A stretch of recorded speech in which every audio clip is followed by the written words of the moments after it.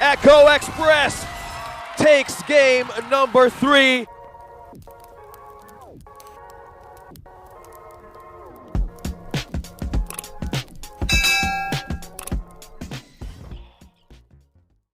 Oke, kita akan menyaksikan pertandingan playoff MPL Filipina antara Bren Esports melawan Echo. Bagaimana keseruan pertandingan MPL Filipina hari ini? Mari kita saksikan bersama-sama.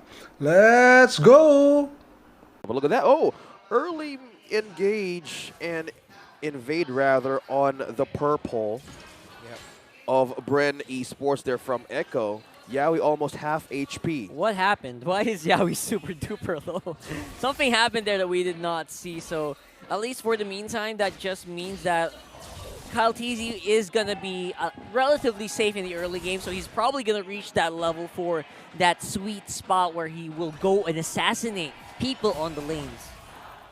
Faster rotation could be the answer of Echo here.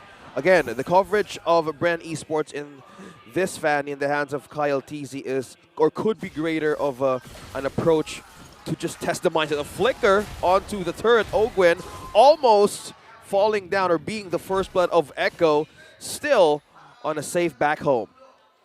The number that I presented earlier, 55-45, is if Yawi doesn't have another MVP-esque performance.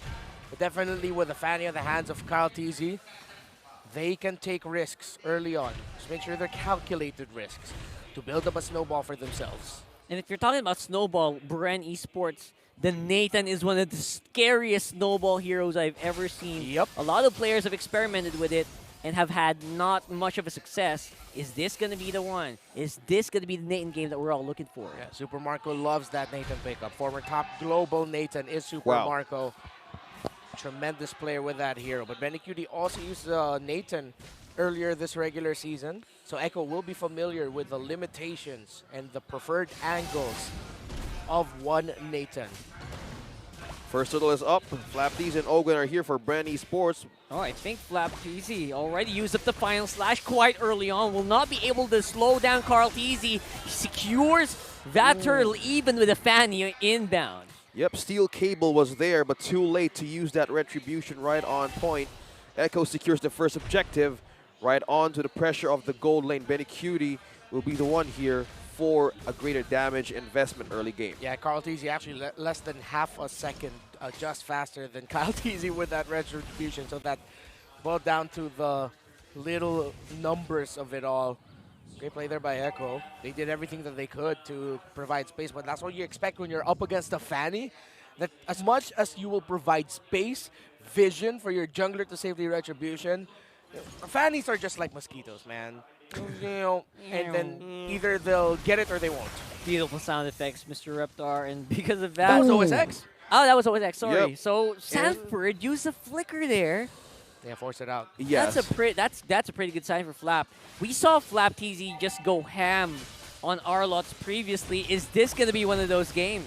Oh, look at that. Sanford almost half to low HP. And as we talk about how Kyle TZ could be more aggressive with his fanny, can make things go crazy for Echo. Thorn Rose committed here. Spotted 3 members out of that death bush from Bren Esports. Carl TZ seems to be very happy to take these fights as much as possible. Although with Kyle TZ on the fanny, he's gonna have to take it a little slower, right? Yeah. Combo of the Kufra and the fanny. Meanwhile, they're eyeing on this bottom lane turret for the gold lane. Benny Cutie with push almost outer turret energy shields gone for his laning stage.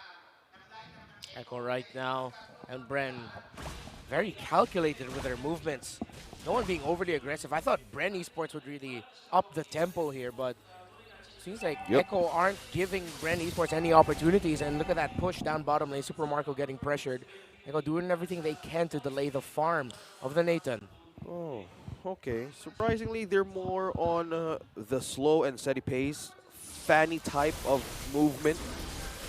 Instead of being aggressive, they might be looking for the right timing and information. But is this the part that they want to do as being cautious if they're up against Echo. All right, at this point, they have full info for sure on who is who and who is where around the map right now, as Carlteasy has been spied out, taking the turtle on the top side, while Yawi actually almost went down on the bottom. Carlteasy actually won the retro duel there.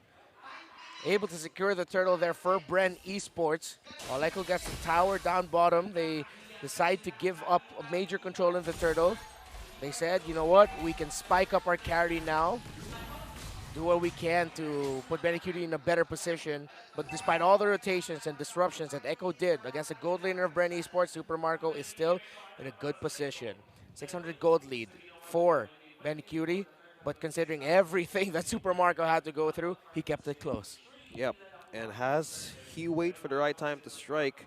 Mostly he's waiting for more of those mistakes that Echo can commit in the gold lane, but he has no turret down bottom, so he might be forced to rotate on the EXP as Benecutie is up top. Yeah, they're doing a switch right now, actually, and during this transition, will we see someone get picked off? As you can see, Yawi just waiting like a shark on the sides, waiting for a Bren Esports member to show up within hook range. But again, Bren Esports just reading him very, very well.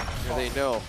They That know. grab coin gave up some information. Yeah, actually that was such a good play Amazing. by Few.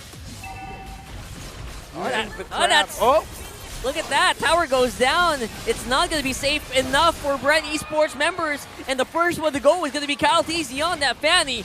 Carlteasy does not have the ultimate available. No final slash means he might not be able to survive this one. It went up, but it's too late. It went up, but not enough to save Bren Esports. Everything finally exploded into a big team fight. Flap and Kyle fall. Good response there by Echo. Again, the difference maker being the Bloody Hunt. And of course, Sanji landing in some crucial stunts there with the Curse of Crow. Benecutie being able to stay safe while Carlteasy diving the rest of Bren Esports. Good calculated aggression by Echo to put them in a scenario to secure the last turtle of the game. Oh, and it's happening. Sanford trying to hold the possibility of Carlteasy of getting that orange.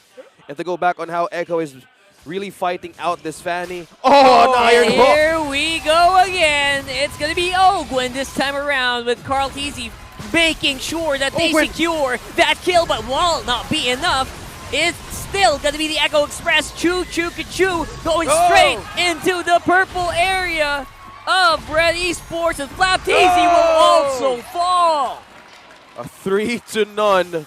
Carlteasy's looking something here. Carlteasy almost half HP. Still cable not connecting. Oh no! He was so close in getting bursted down there. Oh, it's just like my situation at home. Disconnected cable. Oh no! 3 disconnected cables. That is, that's not a sight to see. That's not a good sight to see if you're a Bren fan right now. Are the nerves starting to settle in into the young jungler of Bren? Ogwin needs to double time here on how to get information and force Sanford or even Yawi here to make all the ultimates being used. I was gonna talk about. Is that the signal for Echo though? Is this go time for us to take it to the Bren Esports lineup? And it looks like they are doing some pretty good damage. They are zoning out the jungle of Bren. And they are going to have to double time. Carlteasy, I thought whoa, now everyone's watching. Whoa there. I'm gargling. The number I provided again, 55-45. If Yawi doesn't land the hooks or get the plays, and he's had some crucial pickoffs. It isn't the same MVPS performance, but his timings are big right now for Echo. There it is. That's going to be Ogwin. He's trying to make a set play happen, but it's just not in a good position yet. Oh no, being stunned. Ogwin missed catching two, but there was no follow-up for Bren Esports. And just that, Echo took one. Ogwin on the second death. Yeah, and this is what I'm talking about also. Again, with the lineup Bren Esports made for themselves, I really thought they'd be the ones wanting to set the tempo with aggression and speedier rotations, but no. Seems like they played the cautious route. They're giving up the store. They're just going to try to get more farm. So what could have been a quick scale for them turned out to be a lineup that's just, all right, let's just buy time for Super Marcos Nathan. Ogwen's actually been dropping the ball in a lot of the sets, and Yeah. that's problematic here for Bren. Is that also a pun intended? Dropping the ball? A little bit. Being a little Kufra. bit. Okay, okay. I like it. I like But it. he is. You That's, spotted it's it too, true, right? Remar. Yeah. You spotted it too. Bouncing balls. Because again, we were expecting how Bren Esports lineup could be in an aggressive state. It's a Fanny.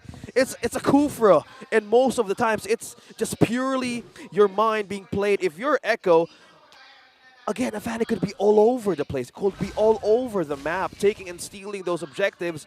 But at some point, they're investing on Super Marco now that he has a holy crystal. 3 main items already for Super Marco. But the presence of Sanford prioritized getting, Oh, there you that go. Radiant armor. 2 ex-teammates, 2 former world champions as well. Duking it out on top side while the rest of the team is on mid. This time around, is this going to be the engage that Kyle TZ is looking for? Okay, Sanji used now the Feather Airstrike. Carl T's just puncturing through. Thorn Rose escaping. Both teams are showing off their own mechanics right now. Yeah. Yeah, that was a predictive Thorn Rose by Carl TZ. Really thought that because of the trajectory the Fanny was going, most likely he would have flown into the damage of the Thorn Rose, but Kyle TZ said, nah, I'm not going to do that. And No. what's going to be happening here is Yaoi once more finds his target, and Few will actually go down instead of Ogwen, but there's the double kill for Sanji instead. There's going to be the Carl TZ Revenge, the Assassin versus Assassin matchup. Definitely going to the former. And this time around, it's the GOAT's time to shine. Oh my goodness. Super Marco with the face-off. That was a good punish. And Sanji was just doing a recall right in front of his face. Minion waits. Ooh, will they actually try to end it here? Super Marco, it's gonna be all up to him. Here comes Few, he makes it in time. What's it gonna be? Is the minion cleared? It is! Carl TC is now on the run, dodging Few. the damage. Saying El hi. Capitan! And there it goes.